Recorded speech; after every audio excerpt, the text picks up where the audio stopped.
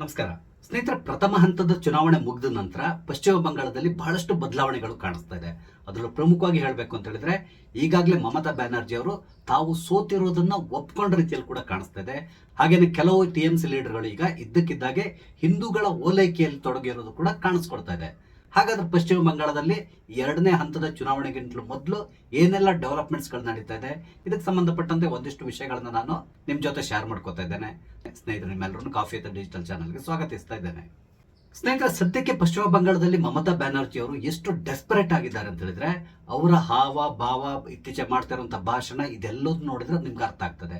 ಸಾಮಾನ್ಯವಾಗಿ ರಾಹುಲ್ ಗಾಂಧಿ ಪ್ರತಿ ಚುನಾವಣೆಯಲ್ಲಿ ಸೋತ ತಕ್ಷಣ ಹೇಳ್ತಾ ಇದ್ದಂತಹ ಒಂದು ಮಾಮೂಲು ಡೈಲಾಗ್ ಒಂದಿತ್ತು. ಅದೇನು ಅಂತ ಹೇಳಿದ್ರೆ, ಇವಿಎಂಗಳನ್ನ ಹ್ಯಾಕ್ ಮಾಡಲಾಗಿದೆ, ಇವಿಎಂಗಳ ಮೇಲೆ ನಮ್ ನಂಬಿಕೆ ಇಲ್ಲ, ಪುನಃ ನಾವು ಮತಪತ್ರದ ಮುಖಾಂತರವೇ ಮತದಾನವನ್ನ ಮಾಡಿಸ್ಬೇಕು, ಈ ರೀತಿಯಾದಂತಹ ಮಾತುಗಳನ್ನ ಪದೇ ಪದೇ ಹೇಳ್ತಾ ಇದ್ರು. ಅಂದ್ರೆ ರಾಹುಲ್ ಗಾಂಧಿ ಅವರು ಸಾಮಾನ್ಯವಾಗಿ ಹೇಳ್ತಾ ಇದ್ದಿದ್ದು ಏನು ಅಂತ ಹೇಳಿದ್ರೆ, ನನ್ನ ಸೋಲಿಗೆ ಮತದಾರರು ವೋಟ್ ಹಾಕದೇ ಇರೋದು ಕಾರಣ ಅಲ್ಲ, ಅದಕ್ಕೆ ಬದಲಾಗಿ ಇವಿಎಂಗಳನ್ನ ಹ್ಯಾಕ್ ಮಾಡೋದ್ರಿಂದಾಗಿ ನಾವು ಸೋಲ್ತಾ ಇದ್ದೇವೆ ಅಂತೇಳಿ ಹೇಳ್ತಾ ಇದ್ರು.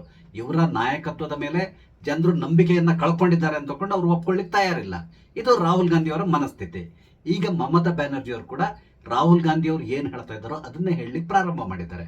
ಇಲ್ಲಿ ರಾಹುಲ್ ಗಾಂಧಿಗೂ ಮತ್ತು ಮಮತಾ ಬ್ಯಾನರ್ಜಿಗೂ ಇರುವಂತಹ ಡಿಫರೆನ್ಸ್ ಏನು ಅಂತ ಹೇಳಿದ್ರೆ, ರಾಹುಲ್ ಗಾಂಧಿ ಸಾಮಾನ್ಯವಾಗಿ ಚುನಾವಣೆ ಸೋತ ಮೇಲೆ ಹೇಳ್ತಾ ಇದ್ರು, ಆದ್ರೆ ಇಲ್ಲಿ ಮಮತಾ ಬ್ಯಾನರ್ಜಿ ಅವರು ಚುನಾವಣೆ ಇನ್ನು ನಡೀತಾ ಇರುವ ಸಂದರ್ಭದಲ್ಲೇ ಇವಿಎಂಗಳನ್ನ ಹ್ಯಾಕ್ ಮಾಡ್ತಾರೆ ಅಂತ ಹೇಳಿದ್ದಾರೆ. ನಿನ್ನೆ ಅಥವಾ ಮೊನ್ನೆ ಒಂದ್ ಕಡೆ ಭಾಷಣ ಮಾಡ್ತಾ ಇರೋ ಸಂದರ್ಭದಲ್ಲಿ ಮಮತಾ ಬ್ಯಾನರ್ಜಿ ಅವರು ಮಹಿಳೆಯರಿಗೆ ಕರೆ ಕೊಡ್ತಾ ಇದ್ರು. ಅವ್ರು ಏನ್ ಹೇಳಿದ್ರು ಅಂತ ಹೇಳಿದ್ರೆ, ಈಗ ಇವಿಎಂಗಳನ್ನ ಹ್ಯಾಕ್ ಮಾಡ್ಲಿಕ್ಕೆ ಪ್ರಯತ್ನಿಸ್ತಾ ಇದ್ದಾರೆ, ಹಾಗಾಗಿ ನೀವೆಲ್ಲರೂ ಕೂಡ ಮನೆಯಲ್ಲಿ ಅಡಿಗೆ ಮಾಡೋದನ್ನೆಲ್ಲ ಸ್ಟಾಪ್ ಮಾಡಿಬಿಡಿ. ಅಂದ್ರೆ ಚುನಾವಣೆ ದಿನ ಮತ್ತು ಚುನಾವಣೆ ಎಣಿಕೆ ಆಗುವವರೆಗೂ ಕೂಡ ನೀವು ಅಡಿಗೆ ಮಾಡೋದನ್ನ ಬಿಟ್ಟು ಈ ಇವಿಎಂ ಯಂತ್ರಗಳನ್ನ ಕಾಯ್ಬೇಕಾಗಿ ಬರ್ತದೆ. ಹಾಗಾಗಿ ನೀವೆಲ್ಲರೂ ಕೂಡ ರಸ್ತೆಗಿಳಿರಿ, ಈ ರೀತಿಯಾಗಿ ಕರೆಯನ್ನ ಕೊಡ್ತಾ ಇದ್ದಾರೆ. ಹಾಗೆ ಅವ್ರು ಇನ್ನೊಂದು ಮಾತನ್ನ ಹೇಳಿದ್ರು. ಯಾವುದೋ ಒಂದು ವಿಡಿಯೋವನ್ನು ಕೂಡ ನಾನು ನೋಡಿದ್ದೇನೆ. ಒಬ್ಬ ಮತದಾರ ಟಿಎಂಸಿಗೆ ವೋಟ್ ಹಾಕಿದ್ರು ಕೂಡ ಅದು ಬಿಜೆಪಿ ಹೋಗಿರೋದನ್ನ ಆತ ವಿಡಿಯೋದಲ್ಲಿ ತೋರಿಸಿದ್ದಾರೆ ಅಂತ ಹೇಳಿದ್ದಾರೆ. ಈ ವಿಡಿಯೋ ಎಲ್ಲಿಂದ ಬಂತೋ ಹ್ಯಾಕ್ ಬಂತೋ ನಮ್ಗೆ ಗೊತ್ತಿಲ್ಲ. ಒಟ್ಟಾರೆಯಾಗಿ ಯಾರೇ ಆಗ್ಲಿ ಮತದಾನ ಮಾಡುವ ಸಂದರ್ಭದಲ್ಲಿ ವಿಡಿಯೋ ಮಾಡುವಂತಿಲ್ಲ, ಅದು ಎಲ್ರಿಗೂ ಗೊತ್ತಿರುವಂತಹ ವಿಷಯ. ಆದ್ರೆ ಇಲ್ಲಿ ಮಮತಾ ಬ್ಯಾನರ್ಜಿ ಅವರು ಆ ರೀತಿಯಾದಂತಹ ಒಂದು ವಿಡಿಯೋ ಕೂಡ ನಾನು ನೋಡಿದ್ದೇನೆ ಅಂತ ಹೇಳ್ತಾ ಇದ್ದಾರೆ. ಅದೇನೇ ಇರಲಿ, ಇಲ್ಲಿಗ ಮಮತಾ ಬ್ಯಾನರ್ಜಿ ಅವರಿಗೆ ಆಗಿರುವಂತಹ ಸಮಸ್ಯೆ ಏನು ಅಂತ ಹೇಳಿದ್ರೆ, ಪ್ರಥಮ ಹಂತದ ಚುನಾವಣೆ ಮುಗಿದ ನಂತರ ಅವರಿಗೆ ಒಂದು ಮೆಸೇಜ್ ಸಿಕ್ಕಿದೆ. ಅದೇನು ಅಂತ ಹೇಳಿದ್ರೆ, ಈ ಚುನಾವಣೆಯಲ್ಲಿ ತಾನು ಸೋಲ್ತೇನೆ ಅಂತ ತಿಳ್ಕೊಂಡು, ಅದಕ್ಕೆ ಸರಿಯಾಗಿ ಬಿಜೆಪಿ ಕೂಡ ಅಷ್ಟೇ ಅತ್ಯಂತ ಆತ್ಮವಿಶ್ವಾಸದಿಂದ ಮುನ್ನುಗ್ತಾ ಇದೆ. ಅಮಿತ್ ಶಾ ಇರ್ಬೋದು, ಸುವೇಂದು ಅಧಿಕಾರಿ ಇರ್ಬೋದು, ಅಥವಾ ನರೇಂದ್ರ ಮೋದಿ ಅವರು ಇರ್ಬೋದು, ಇವರು ಅತ್ಯಂತ ಆತ್ಮವಿಶ್ವಾಸದಿಂದ ಹೇಳ್ತಾ ಇದ್ದಾರೆ, ಈ ಬಾರಿ ಪಶ್ಚಿಮ ಬಂಗಾಳದಲ್ಲಿ ನಮ್ಮ ಸರ್ಕಾರ ರಚನೆ ಆಗ್ತದೆ ಅಂತ ಹೇಳಿದ್ದಾರೆ. ಹಾಗೇನೆ ನರೇಂದ್ರ ಮೋದಿ ಅವರು ನಿನ್ನೆ ಒಂದ್ ಕಡೆ ಭಾಷಣ ಮಾಡ್ತಾ ಇರೋ ಸಂದರ್ಭದಲ್ಲಿ ಓಪನ್ ಆಗಿ ಹೇಳ್ಬಿಟ್ಟಿದ್ದಾರೆ, ನಾನು ಪುನಃ ಪಶ್ಚಿಮ ಬಂಗಾಳಕ್ಕೆ ಬರೋದು ನಮ್ಮ ಸರ್ಕಾರ ರಚನೆ ಆದಾಗ ಮುಖ್ಯಮಂತ್ರಿಯ ಪ್ರಮಾಣ ವಚನ ಸ್ವೀಕಾರ ನಡೀತದಲ್ಲ, ಆ ಕಾರ್ಯಕ್ರಮಕ್ಕೆ ಬಂದು ನಿಮ್ಮ ಜೊತೆ ಸೇರ್ಕೊಳ್ತೇನೆ. ಈ ರೀತಿಯಾಗಿ ಅವರು ಓಪನ್ ಆಗಿ ಹೇಳ್ಕೊಂಡಿದ್ದಾರೆ. ಅಂದ್ರೆ ಅವರ ಆತ್ಮವಿಶ್ವಾಸ ಆ ಮಟ್ಟಿಗಿದೆ. ಬೂತ್ ಮಟ್ಟದ ಸಮೀಕ್ಷೆಗಳ ಪ್ರಕಾರ ಬಿಜೆಪಿ ಗೆಲುವನ್ನ ಸಾಧಿಸ್ತದೆ, ಈ ರೀತಿಯಾದಂತಹ ಸುದ್ದಿಗಳು ಎಲ್ಲೆಡೆ ಹರಿದಾಡ್ತಾ ಇದೆ. ಹಾಗಾಗಿ ಮಮತಾ ಬ್ಯಾನರ್ಜಿ ಅವರು ಸಂಪೂರ್ಣವಾಗಿ ಹತಾಶರಾಗಿದ್ದಾರೆ. ಈಗ ಈ ರೀತಿಯಾದಂತಹ ಹೇಳಿಕೆಗಳನ್ನು ಕೂಡ ಕೊಡ್ತಾ ಇದ್ದಾರೆ. ಇದ್ರ ಜೊತೆಗೆ ಪಶ್ಚಿಮ ಬಂಗಾಳದ ಹಲವಾರು ಕಡೆಗಳಲ್ಲಿ ರೈಡ್ಗಳು ಕೂಡ ನಡೀತಾ ಇದೆ. ಅದರಲ್ಲೂ ಪ್ರಮುಖವಾಗಿ ಅಂದ್ರೆ ಪಶ್ಚಿಮ ಬಂಗಾಳದ ಸಂಸ್ಕೃತಿ ಅಂತ ಹೇಳ್ಬೋದು. ಅಂದ್ರೆ ಅಲ್ಲಿಯ ಜನರ ಸಂಸ್ಕೃತಿ ಅಲ್ಲ, ಚುನಾವಣಾ ಸಂಸ್ಕೃತಿ ಅಂತ ಹೇಳ್ಬೋದು. ಸಾಮಾನ್ಯವಾಗಿ ಕೆಲವೊಂದು ಕಡೆಗಳಲ್ಲಾದ್ರೂ ಈ ನಾಡ ಬಾಂಬ್ಗಳ ಪ್ರಯೋಗ ನಡೀತದೆ. ಇದು ಪಶ್ಚಿಮ ಬಂಗಾಳದಲ್ಲಿ ಕಾಮನ್ ವಿಷಯ ಅಂತಲೇ ಹೇಳ್ಬೋದು. ಈ ಬಾರಿಯ ಪ್ರಥಮ ಹಂತದ ಚುನಾವಣೆಯಲ್ಲಿ ಆ ರೀತಿಯಾದಂತಹ ಎಲ್ಲಿಯೂ ಪ್ರಯೋಗಗಳು ನಡೆದಿಲ್ಲ. ಆದರೆ ಎರಡನೇ ಹಂತದ ಚುನಾವಣೆ ಸಂದರ್ಭದಲ್ಲಿ ನಾಡ ಬಾಂಬ್ಗಳ ಪ್ರಯೋಗ ನಡೀಬಹುದು ಅನ್ನುವಂಥ ಗುಮಾನಿ ಎಲ್ರಿಗೂ ಇದ್ದಿತ್ತು. ಅದಕ್ಕೆ ಪುಷ್ಟಿ ಕೊಡುವ ರೀತಿಯಲ್ಲಿ ಈಗ ಹಲವಾರು ಕಡೆಗಳಲ್ಲಿ ರೈಡ್ ನಡೆದಿದೆ. ಬಂದಿರುವಂತಹ ಸುದ್ದಿ ಪ್ರಕಾರ ಹೆಚ್ಚು ಕಡಿಮೆ 1000ಕ್ಕೂ ಅಧಿಕ ನಾಡ ಬಾಂಬ್ಗಳನ್ನ ಈಗಾಗಲೇ ಪೊಲೀಸರು ಸೀಸ್ ಮಾಡಿದ್ದಾರೆ ಅಂತ. ಯಾವಾಗ ಈ ರೀತಿಯಾಗಿ ನಾಡ ಬಾಂಬ್ಗಳನ್ನ ಸೀಸ್ ಮಾಡಿದ್ರು, ತಕ್ಷಣ ಚುನಾವಣಾ ಕಮಿಷನ್ ಒಂದು ಆರ್ಡರ್ ನ ಪಾಸ್ ಮಾಡಿದೆ, ಈ ಎಲ್ಲಾ ಕೇಸ್ಗಳನ್ನ ಎನ್ಐಎಗೆ ಹ್ಯಾಂಡ್ ಓವರ್ ಮಾಡಬೇಕು ಅಂತ ಹೇಳ್ಕೊಂಡು. ಅಂದ್ರೆ ಈ ರೀತಿಯಾಗಿ ಬಾಂಬ್ಗಳನ್ನ ಅವ್ರು ತಯಾರು ಮಾಡ್ತಾರೆ ಅಂತ ಹೇಳಿದ್ರೆ ಅವರಿಗೆ ಎಲ್ಲಿಂದ ಕಚ್ಚಾ ವಸ್ತುಗಳು ಸಿಗ್ತಾ ಇದೆ, ಹಾಗೇನೆ ಇವರ ಕನೆಕ್ಷನ್ಸ್ ಎಲ್ಲೆಲ್ಲ ಇದೆ, ಇದೆಲ್ಲವನ್ನು ತಿಳ್ಕೋಬೇಕು ಅಂತ ಹೇಳಿದ್ರೆ ಎನ್ಐಎ ಇಂದ ತನಿಖೆ ಆಗ್ಬೇಕು ಅಂತ ಈಗಾಗಲೇ ಒಂದು ಆರ್ಡರ್ ನ ಕೊಟ್ಬಿಟ್ಟಿದ್ದಾರೆ. ಆದಷ್ಟು ಬೇಗ ಎನ್ಐಎ ಕೂಡ ಇದಕ್ಕೆ ಸಂಬಂಧಪಟ್ಟಂತೆ ಎನ್ಕ್ವೈರಿನ ಪ್ರಾರಂಭ ಮಾಡ್ತದೆ. ಅಂದ್ರೆ ಯಾರ ಮನೆಯಲ್ಲಿ ಬಾಂಬ್ ಸಿಕ್ಕಿದೆಯೋ ಅವ್ರನ್ನ ದಸ್ತಗಿರಿ ಮಾಡಿ ಅವ್ರನ್ನ ವಿಚಾರಣೆಯನ್ನು ಕೂಡ ಪ್ರಾರಂಭ ಮಾಡ್ತದೆ. ಆ ಮೂಲಕ ಪಶ್ಚಿಮ ಬಂಗಾಳದಲ್ಲಿರುವಂತಹ ಈ ಬಾಂಬ್ ಸಂಸ್ಕೃತಿ ಏನಿದೆ ಇದಕ್ಕೆ ಒಂದು ಕಡಿವಾಣ ಹಾಕುವಂತ ಸಾಧ್ಯತೆಗಳು ಕೂಡ ಇದೆ. ಎಲ್ಲೋಗಿಲ್ಲ ಪ್ರಮುಖವಾಗಿ ನಾವು ಯೋಚನೆ ಮಾಡಬೇಕಾಗಿರೋದು ಏನು ಅಂತ ಹೇಳಿದ್ರೆ, ಪಶ್ಚಿಮ ಬಂಗಾಳ ಬಾಂಗ್ಲಾದೇಶದೊಂದಿಗೆ ಗಡಿಯನ್ನ ಹೊಂದಿರುವಂತಹ ರಾಜ್ಯ. ಹಾಗಾಗಿ ಈ ರಾಜ್ಯದಲ್ಲಿ ಈ ರೀತಿಯಾದಂತಹ ಎಲ್ಲಾ ಕಾರ್ಯಚಟುವಟಿಕೆಗಳಿಗೆ ಕಡಿವಾಣವನ್ನ ಹೇರಬೇಕಾದಂತಹ ಅವಶ್ಯಕತೆ ಇದೆ. ಟಿಎಂಸಿ ಇಲ್ಲಿವರೆಗೂ ಆ ಪ್ರಯತ್ನವನ್ನ ಮಾಡಲಿಲ್ಲ.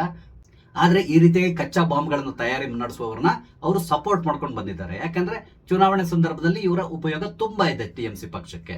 ಆದ್ರೆ ಈ ಬಾರಿ ಈ ಎಲ್ಲಾ ಕಾರ್ಯತಂತ್ರಗಳಿಗೆ ಕಡಿವಾಣ ಬೀಳ್ತಾ ಇದೆ. ಇದೆಲ್ಲ ಒಂದ್ ಕಡೆ ಆದ್ರೆ ಟಿಎಂಸಿಯ ಓರ್ವ ಎಂಪಿ ಇದ್ದಾರೆ, ಆಕೆಯ ಹೆಸರು ಸಯೋನಿ ಘೋಷ್ ಅಂತಕೊಂಡು. ಇವರು ಬೆಂಗಾಳಿಯ ಆಕ್ಟ್ರೆಸ್ ಕೂಡ ಹೌದು, ಅದೇ ರೀತಿಯಲ್ಲಿ ಸಿಂಗರ್ ಕೂಡ ಹೌದು. ಇವರು ಸಾಮಾನ್ಯವಾಗಿ ಯಾವುದೇ ಕಾರ್ಯಕ್ರಮದಲ್ಲಿ ಭಾಗವಹಿಸಿದ್ರೆ ಅಲ್ಲಿ ಹಾಡುಗಳನ್ನ ಹಾಡ್ತಾ ಇದ್ರು. ಪ್ರಥಮ ಹಂತದ ಚುನಾವಣೆಗಿಂತಲೂ ಮೊದಲು ಅವರು ಒಂದ್ ಕಡೆ ಹಾಡಿರುವಂತಹ ಹಾಡು ಎಲ್ಲೆಡೆ ವೈರಲ್ ಆಗ್ತಾ ಇದೆ. ಆ ಹಾಡಿನಲ್ಲಿ ಅವ್ರು ಏನ್ ಹೇಳ್ತಾ ಇದ್ರು ಅಂತ ಹೇಳಿದ್ರೆ, ಕಾಬಾ ನನ್ನ ಹೃದಯದಲ್ಲಿದೆ, ಹಾಗೇನೆ ಮದಿನ ನನ್ನ ಕಣ್ಣಿನಲ್ಲಿ ನೆಲೆಸಿದೆ, ಈ ರೀತಿಯಾಗಿ ಹಾಡನ್ನ ಹೇಳಿದ್ರು. ಈ ರೀತಿ ಅವರು ಹಾಡು ಹೇಳಲಿಕ್ಕೆ ಪ್ರಮುಖ ಕಾರಣ ಏನು ಅನ್ನೋದನ್ನ ನಾನು ವಿವರಿಸಬೇಕಾಗಿಲ್ಲ. ಒಂದು ಸಮುದಾಯದವ್ರನ್ನ ಇವರು ಒಲಿಸ್ಕೋಬೇಕಾಗಿತ್ತು, ಅದಕ್ಕಾಗಿ ಈ ರೀತಿ ಹಾಡನ್ನ ಅವ್ರು ಹಾಡ್ತಾ ಇದ್ರು. ಆದ್ರೆ ಪ್ರಥಮ ಹಂತದ ಚುನಾವಣೆ ಮುಗಿದ ಮೇಲೆ ಎರಡನೇ ಹಂತದ ಚುನಾವಣೆಗೆ ಪ್ರಚಾರ ನಡೀತಾ ಇರೋ ಸಂದರ್ಭದಲ್ಲಿ ಇವರು ಸಂಪೂರ್ಣವಾಗಿ ಬದಲಾಗ್ಬಿಟ್ಟಿದ್ದಾರೆ. ಎಲ್ಲಿವರೆಗೆ ಅಂತ ಹೇಳಿದ್ರೆ, ಇವರು ವೇದಿಕೆಯಲ್ಲಿ ನಿಂತ್ಕೊಂಡೀಗ ಹನುಮಾನ್ ಚಾಲಿಸವನ್ನ ಪಠಿಸ್ಲಿಕ್ಕೆ ಪ್ರಾರಂಭ ಮಾಡಿದ್ದಾರೆ. ಅಂದ್ರೆ ನಿಮ್ಗೆ ಅರ್ಥ ಆಗ್ಬಹುದು ಈಗ ಅವರು ಯಾರ ಓಲೈಕೆಗೆ ಇಳಿದಿದ್ದಾರೆ ಅಂತೇಳಿ. ನೇರವಾಗಿ ಈಗ ಹಿಂದೂಗಳನ್ನ ಓಲೈಸ್ಕೊಳ್ಳಿಕ್ಕಾಗಿ ಹನುಮಾನ್ ಚಾಲಿಸವನ್ನ ಕೂಡ ಹಾಡ್ಲಿಕ್ಕೆ ಶುರು ಮಾಡಿದ್ದಾರೆ. ಇದೆಲ್ಲವೂ ಕೂಡ ಈ ಬಾರಿಯ ಚುನಾವಣೆಯ ವಿಶೇಷತೆ ಅಂತೇಳಿ ಹೇಳ್ಬೋದು. ಪ್ರಥಮ ಹಂತದ ಚುನಾವಣೆಯಲ್ಲಿ ನಾವು ಹಿನ್ನಡೆ ಅನುಭವಿಸಿದ್ದೇವೆ ಅಂತ ತಕೊಂಡು ಟಿಎಂಸಿ ಅವರಿಗೆ ಗೊತ್ತಾಗಿದೆ ಅನಿಸ್ತದೆ.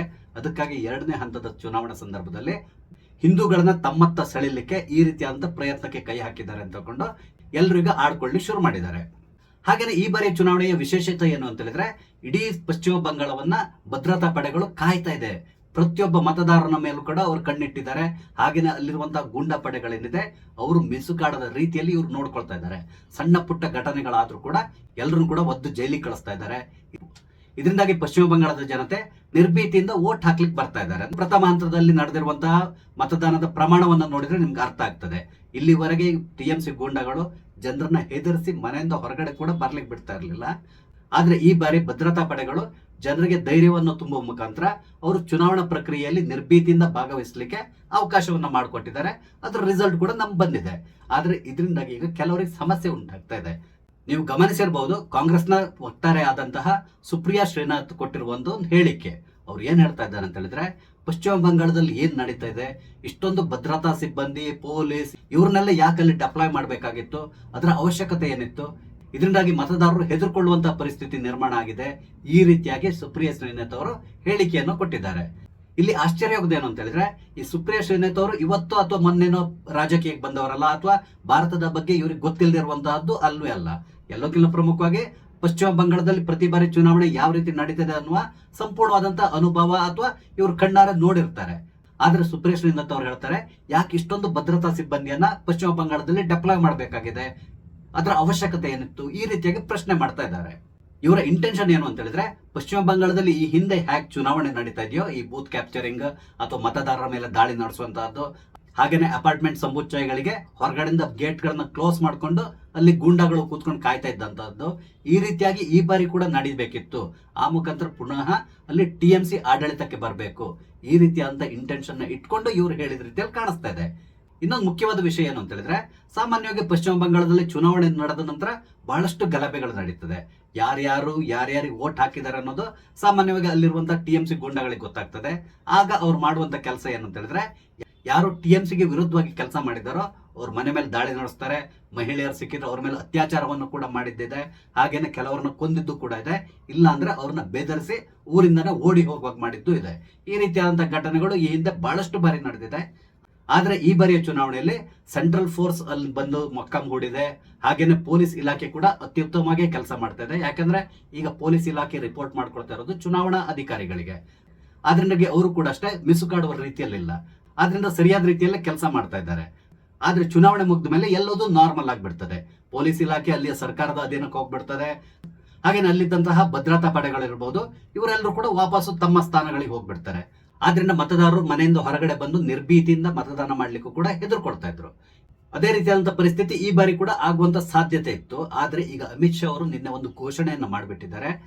ಮತದಾರರಿಗೆ ಒಂದು ಆಶ್ವಾಸನೆಯನ್ನು ಕೊಟ್ಟಿದ್ದಾರೆ. ಅದೇನು ಅಂತ ಹೇಳಿದ್ರೆ, ಈ ಬಾರಿಯ ಚುನಾವಣೆ ಮುಗಿದ ತಕ್ಷಣ ಇಲ್ಲಿರುವಂತಹ ಭದ್ರತಾ ಸಿಬ್ಬಂದಿಗಳನ್ನ ವಾಪಸ್ಸು ಕೇಂದ್ರಕ್ಕೆ ಕರೆಸ್ಕೊಳ್ಳೋದಿಲ್ಲ. ಅದಕ್ಕೆ ಬದಲಾಗಿ ಅವರು ಮುಂದಿನ 2 ತಿಂಗಳುಗಳ ಕಾಲ, ಅಂದ್ರೆ 60 ದಿನಗಳ ಕಾಲ ಈ ಭದ್ರತಾ ಸಿಬ್ಬಂದಿ ಪಶ್ಚಿಮ ಬಂಗಾಳದಲ್ಲೇ ಮೊಕ್ಕಾಂ ಹೂಡಿರ್ತಾರೆ. ನಿಮ್ಮ ಯಾವುದೇ ಸಮಸ್ಯೆಗಳಿಗೆ ಅವರು ತಕ್ಷಣ ಸ್ಪಂದಿಸ್ತಾರೆ. ಈ ಟಿಎಂಸಿ ಗೂಂಡಗಳ ಭಯವನ್ನ ಬಿಟ್ಟು ನೀವು ಮತದಾನ ಪ್ರಕ್ರಿಯೆಯಲ್ಲಿ ಭಾಗವಹಿಸಿ, ನಿಮ್ಮ ಜೊತೆಗೆ ನಾವಿದ್ದೇವೆ, ಈ ರೀತಿಯಾಗಿ ಅವರು ಆಶ್ವಾಸನೆಯನ್ನ ಕೊಟ್ಟಿದ್ದಾರೆ. ಅಂದ್ರೆ ಚುನಾವಣೆ ಮುಗ್ದ ಮೇಲೂ ಕೂಡ ಅಲ್ಲಿರುವಂತಹ ಸೆಕ್ಯೂರಿಟಿ ಕಂಟಿನ್ಯೂ ಆಗ್ತದೆ. ಆದ್ರಿಂದ ನೀವು ಯಾರು ಕೂಡ ಭಯ ಪಡಬೇಕಾದಂತ ಅವಶ್ಯಕತೆ ಇಲ್ಲ ಅಂತ ಹೇಳ್ಕೊಂಡು ಘಂಟಾಘೋಷವಾಗಿ ಹೇಳ್ಕೊಂಡ್ಬಿಟ್ಟಿದ್ದಾರೆ. ಇದು ಈಗ TMC ಪಕ್ಷಕ್ಕೆ ನುಂಗಲಾರದ ತುತ್ತಾಗಿ ಬಿಟ್ಟಿದೆ. ಯಾಕಂದ್ರೆ ಸಾಮಾನ್ಯವಾಗಿ ಅವರು ಅಲ್ಲಿ ಜನರನ್ನ ಬೆದರಿಸ್ತಾ ಇದ್ದದ್ದು ಹೇಗೆ ಅಂತ ಹೇಳಿದ್ರೆ, ಇಲ್ಲಿರುವಂತಹ ಸೆಕ್ಯೂರಿಟಿ ಫೋರ್ಸ್ಗಳು ವಾಪಸ್ ಹೋದ್ಮೇಲೆ ನಿಮ್ಮನ್ನ ಯಾರು ರಕ್ಷಿಸ್ಲಿಕ್ಕೆ ಬರ್ತಾರೆ, ನಾವು ನಿಮ್ಮ ಮೇಲೆ ಏನ್ ಬೇಕೋ ಅದನ್ನ ಮಾಡಿಬಿಡ್ತೇವೆ, ನಿಮ್ಮನ್ನ ಕೇಳುವವರಿಲ್ಲ, ಪೊಲೀಸ್ ಇಲಾಖೆ ಸಂಪೂರ್ಣವಾಗಿ ನಮ್ಮ ಕಂಟ್ರೋಲ್ ಅಲ್ಲಿ ಇರ್ತದೆ, ನಮ್ಮ ಸರ್ಕಾರದ ಕಂಟ್ರೋಲ್ ಅಲ್ಲಿ ಇರ್ತದೆ, ಆದ್ರಿಂದಾಗಿ ನಿಮ್ಮನ್ನ ರಕ್ಷಿಸ್ಲಿಕ್ಕೆ ಯಾರು ಇಲ್ಲ. ಹಾಗಾಗಿ ನಾವು ಏನ್ ಹೇಳ್ತೀವೋ ಅದನ್ನ ನೀವು ಕೇಳಿದ್ರೆ ನೀವು ಉಳ್ಕೊಳ್ತೀರಾ, ಇಲ್ಲ ಅಂದ್ರೆ ನಿಮ್ಮನ್ನ ನಾವು ಇಲ್ಲಿಂದ ಓಡಿಸ್ತೇವೆ, ಇಲ್ಲ ಕೊಂದು ಬಿಡ್ತೇವೆ. ಈ ರೀತಿಯಾಗಿ ನೇರವಾಗಿ ಅಲ್ಲಿಯ ಜನತೆಗೆ ಅವರು ಧಮಕಿಯನ್ನು ಕೊಡ್ತಾ ಇದ್ರು. ಆದ್ರೆ ಈ ಬಾರಿ ಆ ರೀತಿಯಾದಂತಹ ಧಮಕಿಗೆ ಜನರು ಹೆದರಬೇಕಾದಂತ ಅವಶ್ಯಕತೆ ಇಲ್ಲ ಅಂತ ಹೇಳ್ಕೊಂಡು ನೇರವಾಗಿ ಅಮಿತ್ ಶಾ ಅವರು ಜನರಿಗೆ ಧೈರ್ಯವನ್ನು ತುಂಬಿದ್ದಾರೆ. ಹಾಗಾಗಿ 2ನೇ ಹಂತದಲ್ಲೂ ಕೂಡ ದಾಖಲೆಯ ಮತದಾನ ಆಗುವಂತ ಸಾಧ್ಯತೆ ಇದೆ ಅಂತ ಕೊಂಡು ಸಮೀಕ್ಷೆಗಳು ಹೇಳ್ತಾ ಇದೆ. ಒಟ್ಟಾರೆಯಾಗಿ ಚುನಾವಣೆಗಿಂತಲೂ ಮೊದಲು ಈ ನಡೀತಾ ಇರುವಂತಹ ಈ ಎಲ್ಲ ಘಟನೆಗಳನ್ನ ನೋಡಿದ್ರೆ TMC ಪಕ್ಷ ಚುನಾವಣೆ ಮುಗಿಯೋದಕ್ಕಿಂತಲೂ ಮೊದಲೇ ತಾವು ಸೋತಿದ್ದೇವೆ ಅಂತ ಒಪ್ಕೊಂಡ ರೀತಿಯಲ್ಲಿ ಕಾಣಿಸ್ತಾ ಇದೆ. ಯಾವುದಕ್ಕೂ ನಾವು ನಾಳೆಯ ದಿನ ಮತದಾನ ಯಾವ ರೀತಿಯಾಗಿ ನಡೀತದೆ ಅನ್ನೋದನ್ನ ಗಮನಿಸಬೇಕಾಗಿ ಬಂದಿದೆ. ಗಲಭೆಗಳು ನಡೀತದ ಅಥವಾ ಯಾವುದೇ ರೀತಿಯಾದ ಗಲಭೆ ಇಲ್ಲದ ರೀತಿಯಲ್ಲಿ ಚುನಾವಣೆ ನಡೀತದ, ಯಾವುದಕ್ಕೂ ನಾವು ಕಾದ್ ನೋಡ್ಬೇಕಾಗಿದೆ. ಹಾಗೇನೆ ರಿಸಲ್ಟ್ ಬರುವವರೆಗೂ ಕೂಡ ಈ ರೀತಿಯಾದ ಗೆಸ್ಸಿಂಗ್ಗಳು ನಡೀತಾನೆ ಇರ್ತದೆ. ನೋಡೋಣ ಮುಂದೆ ಏನಾಗ್ತದೆ ಅಂತಕೊಂಡು. ಸ್ನೇಹಿತರೆ, ನಿಮ್ಗೆ ಏನಿಸ್ತದೆ? ನಿಮ್ಮ ಅನಿಸಿಕೆಗಳನ್ನ ದಯವಿಟ್ಟು ಕಮೆಂಟ್ ಮುಖಾಂತರ ತಿಳಿಸಿ. ಹಾಗೇನೆ ಇಲ್ಲಿ ನಾನು ಹಂಚಿಕೊಂಡಂತ ವಿಷಯ ಇಷ್ಟ ಆದ್ರೆ ಲೈಕ್ ಮಾಡಿ, ಶೇರ್ ಮಾಡಿ, ದಯವಿಟ್ಟು ನನ್ನ ಚಾನಲ್ ಸಬ್ಸ್ಕ್ರೈಬ್ ಮಾಡಿ. ನಮಸ್ತೆ, ಜೈ ಹಿಂದ್.